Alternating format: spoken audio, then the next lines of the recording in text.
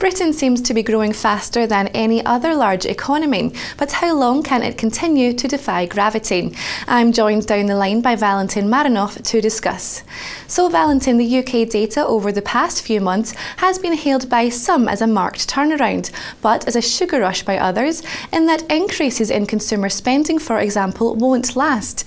Do you think Britain is on borrowed time here? Well, we think that we are in the early stages of a period of sustained upturn for the UK economy, which will be driven by continuing strengthening domestic demand as well as supported by exports to the growing Eurozone economy.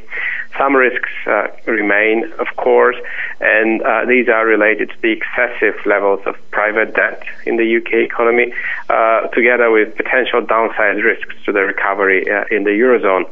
All that's taken into account, we expect the UK economy to outperform the economies in the Eurozone, but to lag behind the likes of the US and the Japanese economy. The rate of unemployment in the UK dropped to 7.7% between May and July from 7.8% in the previous 3 months. It does seem like another set of impressive figures on the job market, with positive signs on all three main indicators, or at least for now.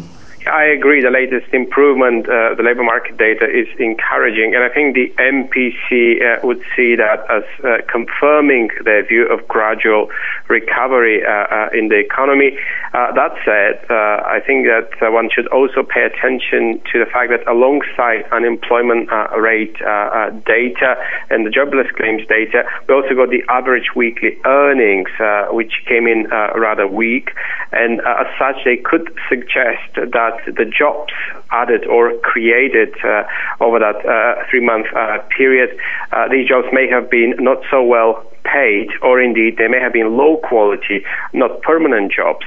If that's the case, then the increase in the job creation need not be sustained, not at that pace, and as such it need not change MPC's view that the recovery remains rather jobless, really. In addition, I think subdued earnings also could point at weakening price pressures down the road, and effectively softening pressure on the BOE to potentially hike earlier. So all in all, an encouraging labour market data report, but a report that is unlikely to change dramatically MPC's view on the economy. So we're one step closer to achieving the 7% Carney deemed essential before rate hikes. Carney suggested it could take at least 3 years to reach this target. Is this in line with your estimations? Well, Citi economists do agree with BOE's assessment at the moment, and we do not expect UK rates to move up anytime soon, certainly not before MPC's forecast. And I think that that's consistent with our expectation of rather jobless recovery, really. The fact that the ongoing recovery need not result in a more vigorous job creation from here, and also the fact that we expect inflation to continue to subside from here. All that could mean that the MPC may be on course to deliver rate hikes, but not before the mid-2016 they have signalled in August. The sterling had been described as the ugly duckling of currencies by some analysts, but how do you think it will perform in comparison to the single currency, as well as a strengthening greenback and the Bank of Japan's efforts to depreciate the yen? Yeah, the improving data out of the UK clearly change markets' perception of sterling, and from that point of view, I think that the best way to express a constructive sterling view from here would still to be buying sterling yen, that is to be long sterling and selling the Japanese yen. And I think that position could remain supported as we see the growing divergence between the increasingly data-dependent Bank of England and at the same time the continuingly aggressively dovish Central Bank of Japan.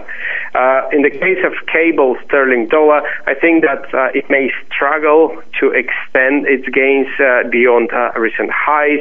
especially going into Fed taper, which our economists are expecting to come as soon as next week. We think that further moves by the Fed towards the QE exit could prove supportive for the dollar across the board, and as a result, cable or sterling dollar could struggle to perform.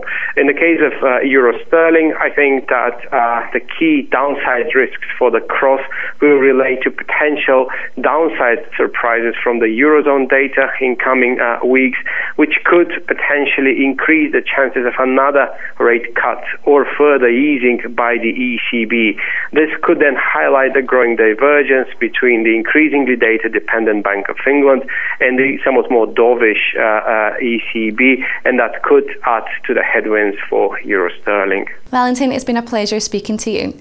Viewers, click back to the Dukascopy website for some more G10 currency forecasts in today's Targets in Focus with my colleague Dur McDermott.